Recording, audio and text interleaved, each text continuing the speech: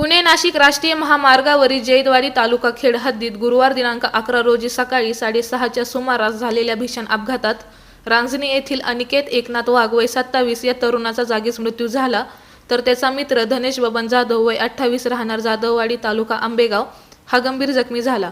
या प्रकरणी खेड पोलीस ठाण्यात टाटा सफारी चालकाविरुद्ध गुन्हा दाखल करण्यात आला आहे। अपघाताची घटना सीसीटीव्ही कॅमेऱ्यात कैद झाली आहे। पोलिसांनी दिलेल्या माहितीनुसार अनिकेत वाघ आणि धनेश जाधव हे त्यांच्या दुचाकीवरून राजगुरुनगरकडे जात होते। सकाळी जैदवाडी गावच्या हद्दीत त्यांच्या दुचाकीला पाठीमागून भरधाव वेगाने आलेल्या टाटा सफारीने जोरदार धडक दिली।